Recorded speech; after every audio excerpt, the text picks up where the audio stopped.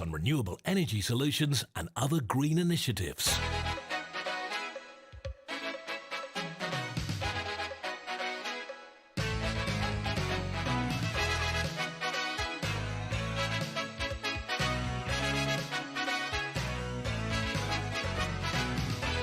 Customer, good afternoon. It's 7 minutes after 12 midday. Mannin Line's on through till 1. Remember, you can call on 66 13 68.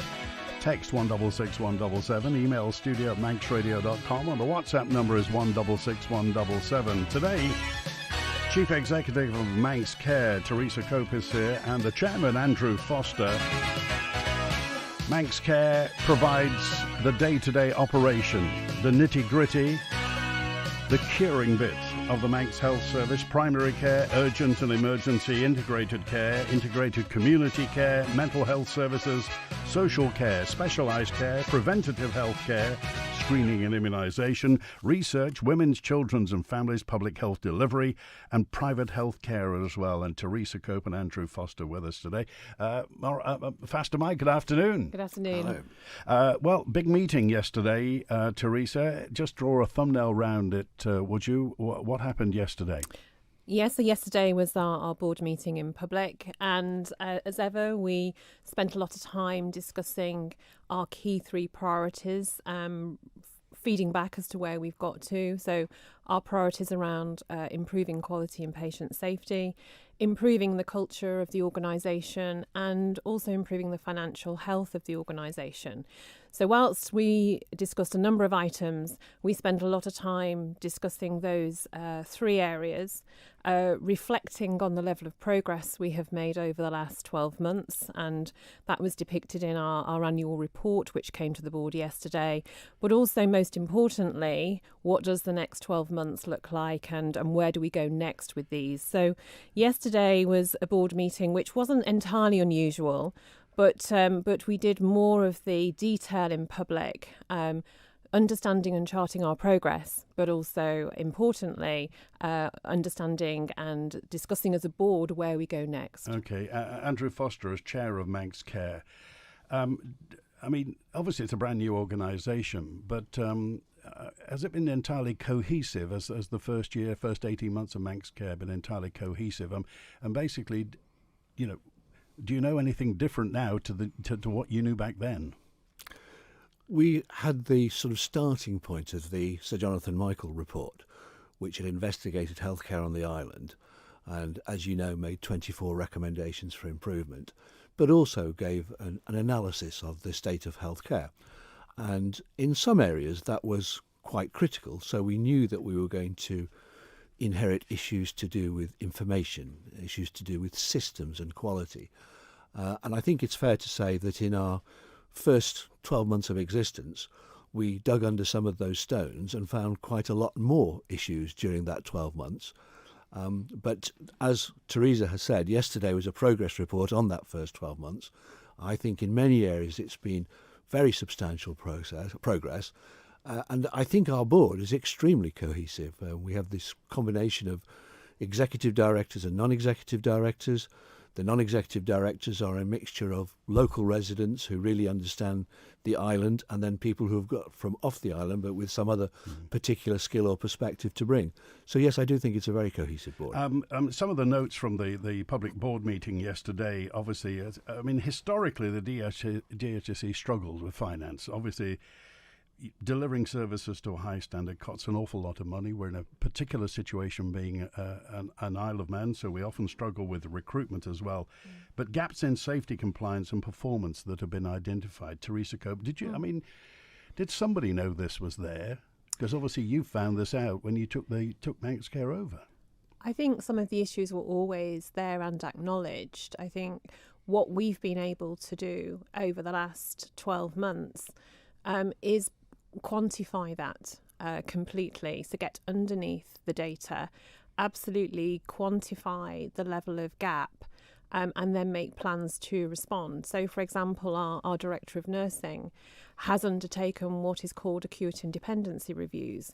So being able to really drill down into the detailed establishments at ward level and being able to assess the acuity of the patients that we care for in order to ensure and determine what does safe staffing look like for that Are we ward. really 92 nurses short?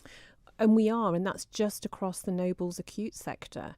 And that doesn't factor in allied health professionals, the therapists who support that day-to-day delivery of care. And it doesn't determine how many nurses we're short across, say, mental health services or the community. So it is a substantial gap. We talked on this show before about the 19% vacancy factor. So 1 in 5 of the posts we have established for the organisation are vacant. And it's a significant gap. And when you compare that perhaps to the number of vacancies for registered nurses in the UK, they're running at about 10 to 11%. So we're sort of behind that position with a bigger level of recovery to achieve against a backdrop of challenging finances and a very competitive market. There are thousands of nurse vacancies across in the UK. I think the last was reported at 40,000. So it is incredibly difficult to recruit and retain. And obviously what we've uncovered is we have a bigger gap to try and address. But, we are committed. We're looking at the overseas nursing programme, which we've asked them if they can deliver us 100 nurses in the next 12 months to be able to respond to that gap. And then we are absolutely committed to growing our own heroes. I went to the I'll Learn event where that pre-preceptorship nursing programme is being run, and it's highly valuable, high calibre individuals coming through that. And we want to be able to grow our own heroes, double the number of training places. How do we stop them leaving the Isle of Man once they're qualified? Well, I think it's multifactorial. We have to make sure they are working in an environment which is supportive. So we have to ensure we're working in a positive culture, which is why we're placing so much importance on cultural improvement. We have to give them the training and development opportunities, but it has to be affordable for them to live here. And I think what we're seeing over the last 18 months is we've had great success in being able to recruit to the more highly paid roles, and certainly we've had great success in consultant appointments and senior management appointments. But it's harder to attract the band 5 nurse whose salary is £25,000 to £30,000 when the cost of living is so high. And housing particularly is incredibly expensive. It's very expensive to live on the island. OK, let's go to the lines. Julian, you're live with Andrew Foster and Teresa Cope. Hi, Andy, and hi, Andrew Foster, and hi, Teresa Cope. I've got a question for you. Probably Teresa would be possibly the best one to answer it. As you know, we've got the UK MHRA, which is the Medicines and Healthcare Products Regulatory Agency, and there's a European counterpart called the EMA, or the European Medicine Agency. And that EMA has a mortality monitoring system called EuroMomo, MOMO, and the official website for that is euromomo.eu. And if you go into the official website there at Euromomo.eu and you click on graphs and maps in the tab and you go down to excess mortality, it's indicating that since May last year, which is specifically about week 22, the excess deaths amongst children has increased by 7 times over the expected number previous to that. I just wondering, how would you account for that? I'm not familiar with the data you're talking about, Julian, but happy to look at it. I think one of the things which Manx Care inherited and has put in place is that there wasn't necessarily a level of mortality review going on that we would normally expect, or that I would have expected having come from the UK NHS. And that is because there wasn't something called clinical coding in place where we look at the outcomes and the data of completed patient episodes in order to assign data in order to inform things like morbidity and mortality reviews. And we've put that in place since Manx Care started. So we are developing a clinical coding function. And that has numerous benefits, but it is a fundamental requirement of healthcare delivery in order to inform such reviews as what you've talked about, Julian. So whilst I can't explain the specifics of the data that you're referring to, it potentially will mean that over the next few months, few years, we are starting to build data on patient outcomes, on excess deaths, on mortality, which we will be using and do use to inform future healthcare delivery and reviewing our standards against that. So happy to take that offline, Julian, and I will have a look at it if you send the reference through. Okay, lots of questions. Andrew, by the way, we were waiting to get to you, but I think your mobile phone's given up. Could you please ask Teresa Cope, says this correspondent, why Manx Care don't allow consultants to prescribe the same drugs as UK consultants? I'm thinking particularly about biologic medications. I've been told by 3 medical professionals at Nobles that if I lived in the UK, they'd be able to prescribe drugs for me, but they can't because Manx Care won't sanction them. This means the island is falling behind the UK and patients are putting up with serious pain unnecessarily. Not all the medicines are more expensive than the ones available on the Isle of Man. I think it's unfair. I would agree it's unfair. And, one of the things that we have done in conjunction with the Department of Health and Social Care with Treasury support is to start a programme to implement what are called NICE approved technologies, so the National Institute for Clinical Effectiveness, which governs the right level of prescribing, the most effective treatments that should be used. And for the first time, Treasury funded NICE approved technologies in this year's mandate down to Manx Care. Now, the challenge we have is that this was implemented in the UK 22 years ago. So there has always been that inequity that a patient on the island who was under the consultant care of someone in the UK couldn't access those medications or those interventions easily. But we are now starting to put that right. But there is a huge amount of policy work as well as funding in order to redress that sort of 22-year gap of the NHS in the UK putting in this incrementally. So I absolutely acknowledge that this is unfair for the population of the island. It's very good news that we have now got the approval from Treasury, supported by the Department of Health and Social Care, to implement NICE technologies, and we will be rolling this out over the next few months. We have to caution, we cannot do 22 years' work in a short amount of time. It is going to take time to roll it out safely, but we are committed, and we brought a paper to the board yesterday afternoon in the private section, which just gave an update on that progress. But we will be taking this forward. Okay, with Andrew Foster as well. You've worked all over the UK. You did a lot of work in Lancashire. Is the Isle of Man comparable to anywhere in the UK? And I just wonder what, in relative terms, how you think Manx Care is doing. So in many ways, the Isle of Man is extremely comparable to Lancashire. The diseases that you see are the same. The population age group is broadly the same, slightly older on the Isle of Man. And the services provided are pretty much the same. And, there's very much of the NHS system that works in exactly the same way in both places.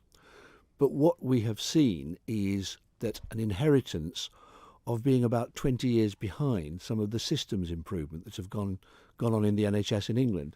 And a point that I'd like to make very strongly is that this is not a criticism of our staff. Our staff are actually wonderful. It's just years of not being brought up to date. As Teresa has said, for example, on clinical information, which would enable us to explore mortality. And that excellent question that Julian asked is exactly the question we'd be asking if we had that data. And that's what we will have everywhere. So in answer to your question, there's a lot of similarities. And that's why people like myself and Teresa have been recruited, because we've been on that journey. We've been on the improvement journey in the UK.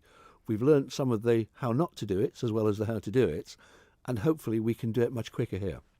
Teresa Cope, in terms of the 9 million figures been bandied around, historically DHSC always ran. It was always a black hole for finances, and the public know that. So, and bearing in mind, the public only see the front face. They see the services, they see the dentists, the doctors, the podiatry, they see everything when they need it. And typically they don't see the organisation that goes behind it. Largely they don't care about the organisation. They expect, people, civil servants and people, administrators, to run that service. So Do you, I mean, you're a clinician, do you feel a bit frustrated by the way, if you like, Manx Care has been shoehorned into this position by DHSC?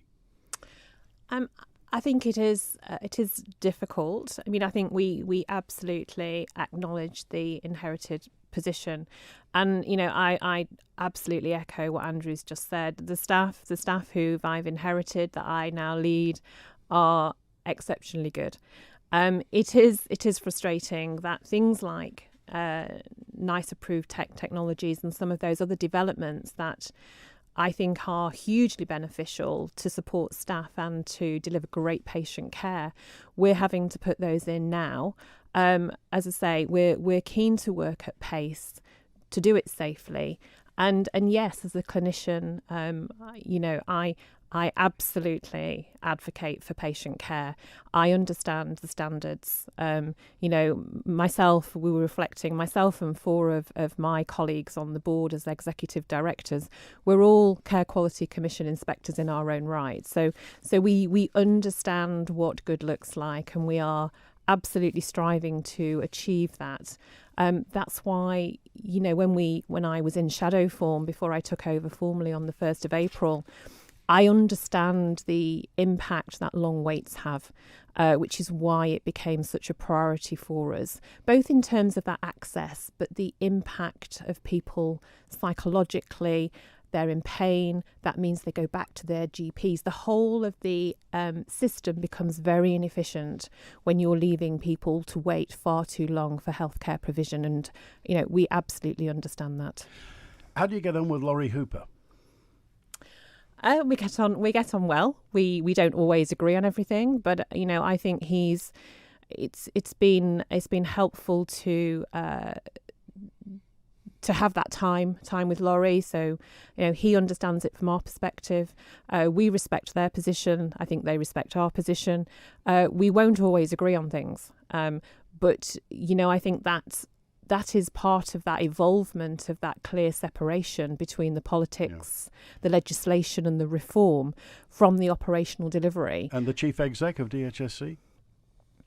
Yeah, I mean, he's, Stuart's new and interim. And we're still working out how we work together. It's unfortunate that in 6 months I've worked with 3 different chief execs from the DHSC. But nonetheless, we are... I mean, that would seem to indicate dysfunction. I'm not sure I can comment on that, but it's something that we set out right at the outset, the importance of understanding each other's perspective, respecting each other's relatives' positions, and working in partnership together. Now, that often means we don't always agree on everything, but we are trying to align ourselves so we make the best decisions on behalf of the island's population. Okay, we've got a call that came in. Let's just hear. And this is a lady. Hi, I'd like to ask Manx Care what they're doing about their complaints department. I had a complaint upheld on the 3rd of June 2020. In November 2021, I wrote to Laurie Hooper, who said this was unacceptable. The 15th of May this year, Laurie Hooper said this wasn't acceptable, and I still heard nothing. Perhaps you could ask them what they're doing about complaints. Andrew Foster. You. Well, Teresa is better to speak operationally, but this is one of the updates that we received at the board yesterday about the complaints process. And we have established a number of targets in terms of the turnaround time. And we don't always meet the target, but we are increasingly meeting the target. And part of that reason is not wanting to respond to the complaint, but very often patient complaints are complex, require you to speak to a number of individuals. I'm horrified to hear that this lady has waited so long, and that is definitely not right. And I apologise for her having experienced that. And if privately she would get in touch with us outside this, I'm sure we can see what the problem is and we can expedite a response. Okay, from the Manx Care Public Board meeting yesterday, Teresa Cope. I mean, it was said that obviously the health and social care system under the DHSC struggled to deliver services at a high standard, as evidenced by gaps in safety, compliance and performance that were identified. Many of the issues were as a result of a combination of unresolved inefficiencies and significant underfunding. Did you know all this when you took the job? I knew some of it, and It's rather like buying a house, isn't it? When you buy it and suddenly find the roof's leaking and the boiler doesn't work. Yes, but you might still love the house regardless of its leaky roof. Yes, I did, and it was part of the challenge, but it was also part of that opportunity to take forward a level of improvement and reform across an integrated health and care system, which is sort of my passion, having worked in mental health, in acute hospitals, in social care previously. I still would have absolutely taken the job. And I think what we identified, I had the benefit of being in post 4 months before Manx Care went live on the 1st of April, is I did a lot of listening to staff. I did a lot of my own baselining and investigation. And that's where the 3 priorities came from. I think what we then went on to do was to put more granular detail around the level of gap in all of those areas, which we absolutely acknowledged as we went live from the 1st of April. So, for example, we knew we inherited enforcement notices and non-compliance with information governance. And what we then did over the course of the year in conjunction with Cabinet Office is absolutely define that level of non-compliance in order to be able to put a plan in place which addresses that. And that was replicated across quality and safety, across culture, across the financial positions, putting in the governance of the organisation so the board has a clear line of sight down to frontline delivery. So no, I didn't understand entirely because there was no former reports to look at, there was no detail. But actually, it's been incredibly helpful. And the listening exercise with staff was something which was hugely important to me. And I think one of the things which I think is really, really important, as much as we talk about performance and quality and finance, it's really important to reflect the cultural change we are trying to see across Manx Care. So how we behave, how we conduct ourselves, the values of the organisation, how our staff feel, because we want our staff to feel valued. It's really, really important for retention. It's really important for recruitment. And you will have seen from the board papers, we reported back on 2 big pieces of cultural work that have taken place in the organisation during the time of Manx Care, with a very clear plan to deliver. What we have to do, and this is what we heard very, very strongly and clearly, is we have to act. There's been lots of reports saying what it's like. What our staff have to have is the confidence we will follow through on that, and we will make some real tangible change around the behaviours and the culture in the organisation. OK, Andrew Foster, who's setting the timetable for where Manx Care has to go? Has Manx Care got its own timetable, or is DHSC putting signposts for the future? So this is about the different responsibilities of DHSC and Manx Care. Excuse me. So the way that it works is that DHSC have initially set us a 1-year mandate, what they want us to achieve in year. And then in the second year, we've got another 1-year mandate. In future, there will be a 3-year mandate. So DHSC will be setting out what they want us to achieve. And then the plan for how we do that is down to Manx Care and its board. And Teresa and the executive directors will put forward a plan, the board will approve it and then monitor it. That's the split of responsibilities. But this is the DHSC that couldn't provide high services to a high standard before, and historically has presented Manx Care with a bundle of problems they knew about, but you didn't when you took over Manx Care. So I think this is the recommendation of Jonathan Michael, to separate from the role of the DHSC in terms of policy and strategy, and then have the delivery organisation concentrating on that. So we have, although we do work closely in partnership, we have very different roles, and their contribution is very different now to what it used to be. I'm just thinking that the perception from the public may be that the DHSC is pointing to a big pile of coal and giving you a teaspoon to move it. Well, people who work in healthcare throughout the world always want more money. Every department of Manx Care would like more money. But I also have to see it from the government point of view here, which has just gone through the COVID crisis, which has been hugely expensive, not just in healthcare, but in other ways too. And now we're in the middle of a new financial crisis based on massive inflation and fuel costs. So I think the government is very sympathetic to us and they've been very supportive. But I understand from their point that they've got an awful lot of other demands to satisfy right now. Okay, Dewan, hi, you're live with Teresa Cope and Andrew Foster. Hey, good afternoon, Teresa. Good afternoon, Andrew. Good afternoon, Andy. From what people I've been talking to that deal with Manx Care, it's not a case of if Manx Care is going to work efficiently. It's a case of Manx Care has to work efficiently. I know you've been left with a lot of luggage and a lot of baggage when you've taken over.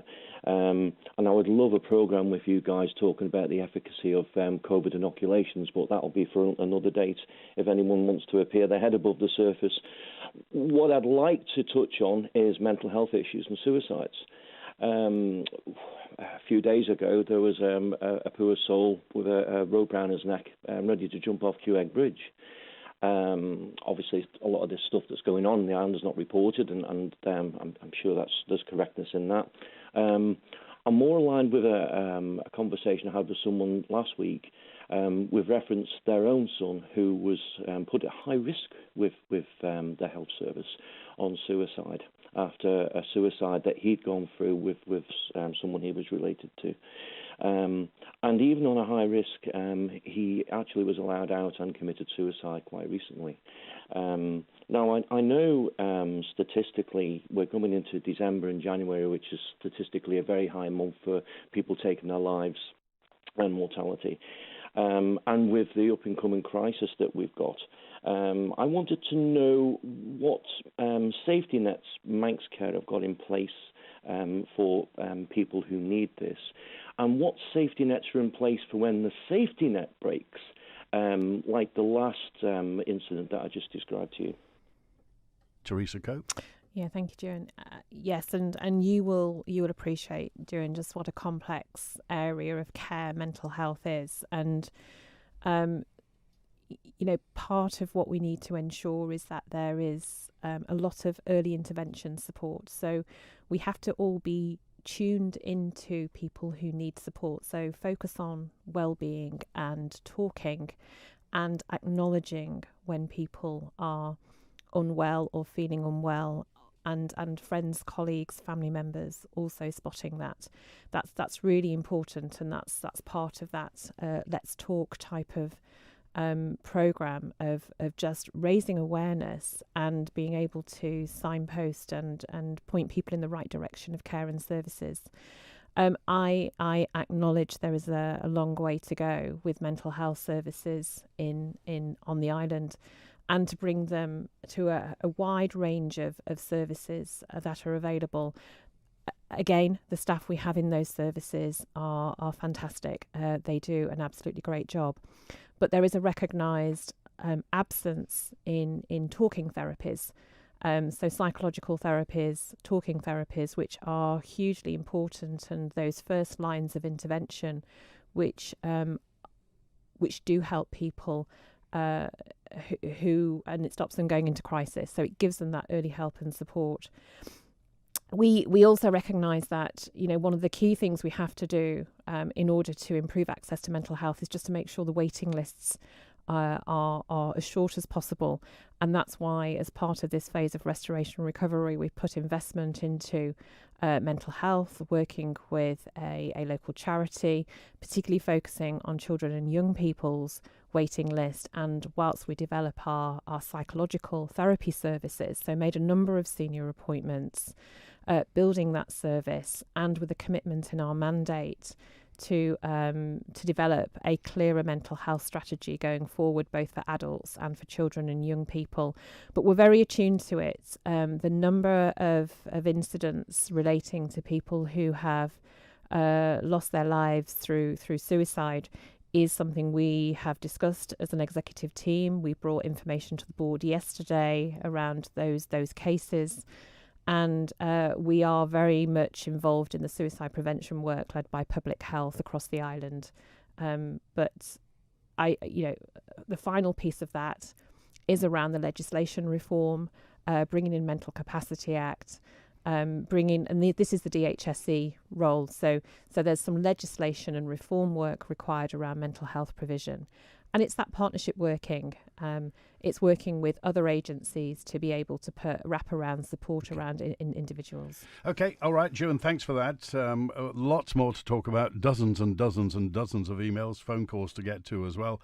We're back with Andrew Foster, Chair of Manx Care, and Teresa Cope, the Chief Exec. You're sure to find something fabulous at Ramsey Art Gallery, Jewellers and Engravers. From stunning gold and silver jewellery that you can make extra special with an engraved message to local prints and gifts for every occasion, Ramsey Art Gallery also stock a fantastic range of watches, including Ted Baker, Citizen, Storm and Accurist. Plus Seconda, Timex, Sexy and Bolivar. All with lifelong free strap adjustment. You'll love what you find in store when you visit Ramsey Art Gallery, Jewellers and Engravers, opposite the RNLI shop in Ramsey. The Mike's Motors summer sale is now on. We're number one, we're family run. Mike's Motors, Mike's Motors. Don't miss the Mike's Motors huge summer sale event. Save on cars, save on commercials, save on campers and motorhomes too. But be quick, at these prices, once they're gone, they're gone. Don't miss out. Click mikesmotors.im. Call 823 200. Mike's Motors.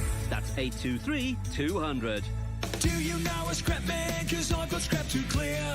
Cars in copper, brass and lead, and I need cash for beer. What? You don't know a scrap man? Gastains at Foxhall is the one for you. Gastains will take all scrap metal and is also licensed for dry cell and lead acid batteries.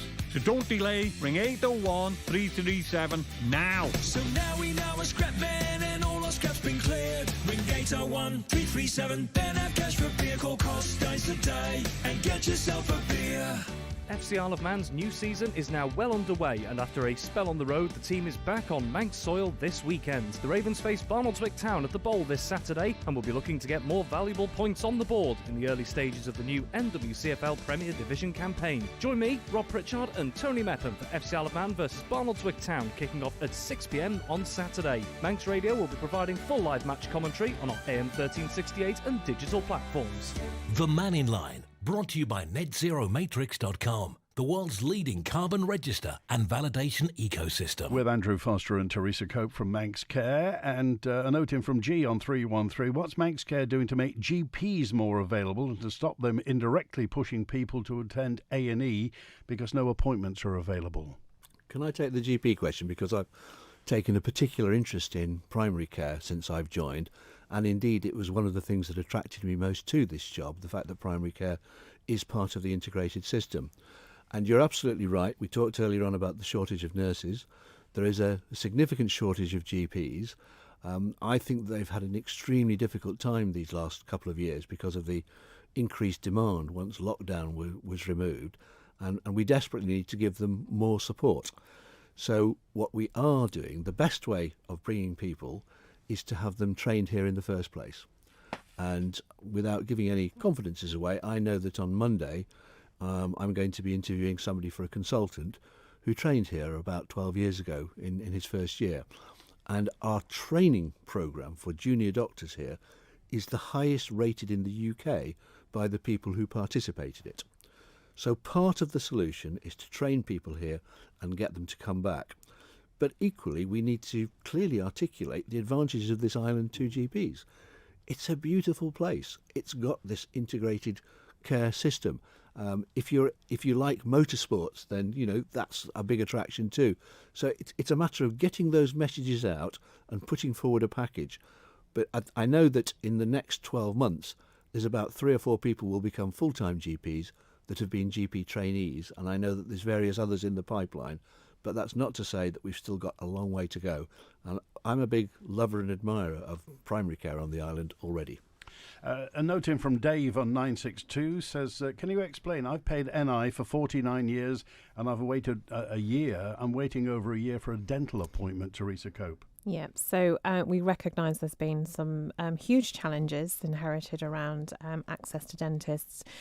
We have got a plan in place. At the board yesterday, we talked about a 500 patient reduction in the number of people waiting for a dentist in the last few months. and everybody who is waiting for a dentist is expected to be allocated by the end of the financial year. So yes, apologies, and we acknowledge that people have had to wait a long time. And it is down to people moving into more private practice and also the national shortage of NHS dentists. We are addressing that through the contractual framework, but equally we do have a clear plan to ensure that if you are looking for a dentist, by this time next year you will be able to be allocated immediately. A note in from Asa, well actually one from Asa and one from Jan, and Asa said there are thousands of people who work for financial institutions on the Isle of Man and they have a private health package that comes with their salary. But there is no private unit at Noble's Hospital, and you're sending people off island to go to Spire here, there and everywhere. So what's happening? And a note in from Jan again just said, could you ask what's happening with the private unit at Noble's Hospital? Yes, so we always recognise that it was a priority of the DHSC to have a private patient unit. However, during COVID last year, that became impossible to be able to open that up. We needed that space as the extra COVID ward. And now we're doing restoration and recovery on the waiting lists. And at the moment using our private patient suite to be able to facilitate that. And I think that is important. It is important we stabilise health and care services.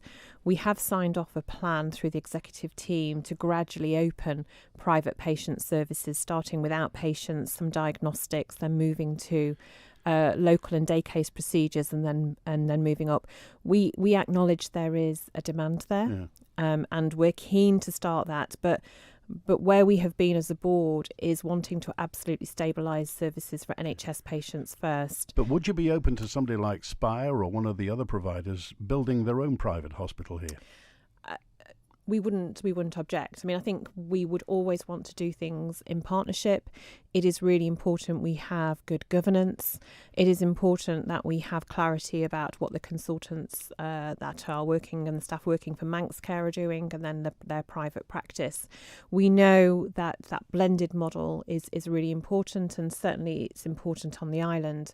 But as I say, this does need good governance, a clear financial framework, because we must ensure that our NHS patients are looked after first. OK. Howard, you're live with Andrew Foster and Teresa Cope. Good afternoon, Andrew and Teresa. I'll call it by first names in that sense, been a bit forward. But a question. Several years ago, my wife and I, we used the same optician. And her optician said, I would have a word with your GP because you have the start of cataracts. And we'd heard about the waiting list several years long, but she wrote in and she did eventually get an appointment with a consultant at Noble's Hospital. And he said yes, but it's only on one eye and this, that and the other. And sent her away. And it must have been close on a year later, she got another letter to go up, and that was this year, to see another consultant. It was a different chap this time. And she was in there for about 5 or 10 minutes and came out, and she said to me, he's told me I haven't got cataracts. And I appreciate this is a different disease, macular degeneration. He said, you've got macular degeneration, and that's it, more or less. So I said, being a suspicious person I am, I said that sounds awfully like a subtle way of reducing the cataract waiting list, move you to another disease of the eye, and that will bring the waiting list for cataracts down. Is that possible? Is it probable, or hopefully unlikely? Unlikely. I think they are very different conditions and require a very different treatment. And we absolutely acknowledge that we've had very long waiting lists for cataract surgery in excess of years, and we know there is high demand for this service. We on average would add about 80 patients per month to the cataract waiting list, and that's why it's been one of our priority areas, working in conjunction with our third-party partner Synaptic, in order to deliver a cataract surgery programme. I think I talked about this last time, Andy, but since the middle of March, when we started this programme, we have done 346 cataract operations. And all those patients have been through now without complications. They've had their 6-week follow-up. And we have learned yesterday evening, which is excellent news, that Treasury have allocated further funding to help us with our waiting list reduction programme. So that cataract programme will continue. We recognise how debilitating it is, and are committed to ensure that we are reducing that waiting list and getting good turnaround times for surgery, such as cataract surgery and hip and knee replacements. Okay. Thanks, Howard. Thanks, Andy. All right, thank you. And just briefly, Teresa Coe, what was the rationale for bringing in outside providers? Partly it was just to be able to respond to the waiting lists in a timely way. So we know, particularly in cataract surgery, in eye care, we only had 2 consultants. One had left, and then one was unfortunately on sick leave. So it was a capacity constraint. And in order to respond in a really timely way, we really wanted a third-party partner. In orthopedics, the Synaptic team are working in conjunction with our own orthopedic surgeons, so effectively adding additional capacity to the NHS system, because we know all of our clinicians are already fully stretched. So if we was to try and get these waiting lists down using our own staff, it would take us an awful lot longer. And we want to really, really make an impact on this waiting list within the next 12 months. All right, Manx Care and the situation over the past 18 months, where we are, the finances, the care provided, and your thoughts. Back with Andrew Foster and Teresa Coe in a moment. Tours Isle of Man are heading to Coronation Street at the end of October. Wonder the world-famous cobbles as we go behind the scenes in Weatherfield. If that wasn't enough, this special 4-day trip also has a visit across the north of England, including the National Science and Media Museum in Bradford, Media City UK and Oswald Mills for a good shopping spree, and then we'll bring you home straight to your door. Find out more and book online now. Visit tours.co.im. Concerned, confused or curious about climate change? Want to do your part? Then visit netzeromatrix.com, helping businesses and individuals understand the net zero targets that government has set, how they'll be achieved and what impact it will have upon us. Plus, get practical advice and tips for saving energy, the options available for switching to renewable energy technologies, and much more. We all need to do what we can. So visit netzeromatrix.com and join us. If it's car or bike speed you need, head to Derby Drag Event this weekend for the Ultimate Street Bike Championship, Old School Stockers and Pro Stock Bikes. It has to be Derby Drag Racing this Saturday and Sunday. So, you think you know your TV theme tunes? Prove it, and you could win a £200 voucher to spend at 1886 Bar and Grill with Manx Radio and Tell Skips. This Saturday and Sunday, listen out for the clues on air and on Manx Radio's Facebook page. If you can guess the famous TV theme, text its name and your name to 166 177 when you hear the cue to call, and you'll be in the draw to win. And remember, if you need a skip, just search Tells Limited or call 677 137. It's another winning weekend on your nation station, Manx Radio. The Mannin Line, brought to you by netzeromatrix.com, helping Isle of Man companies and citizens to understand net zero targets and a green future. Festa Mai, good afternoon with Teresa Coe and Andrew Foster from Manx Care today. Kevin, you're live with the people from Manx Care. Hello. Hello, Andrew, and hello, Teresa. I spoke back in July regarding a waiting time for my wife's hip surgery, which you might recall we actually self-funded 2 operations. Now, we had a consultation with our surgeon this week, actually, and a couple of interesting points arose from the meeting that we had at the hospital. He said that the funding is really allocated on a rolling basis, and it seems to be a 3-month basis on which the budget is allocated for the operations, which was a surprise to us, and he seems to be a little bit disenfranchised with that arrangement. And also, the other concern is that the wards I think 11 and 12 had been requisitioned for other purposes. So my question is really, what happens when this funding runs out for the hip operations in December, possibly December? And what will happen with the consultants and nurses and the ward when that budget expires? Yeah, so for orthopedic surgery at the moment, the hip and knee replacements, we are working doubly. So our teams are operating and also the synaptic teams are operating. So we are trying to absolutely double up the capacity we're able to deliver.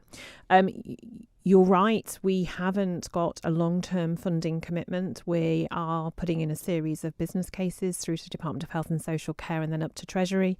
And the additional money that we were secured yesterday evening takes us until December. We would like to plan on a much longer term footing with a much more assured financial position. But that just isn't possible at the moment. We have to keep preparing the business cases.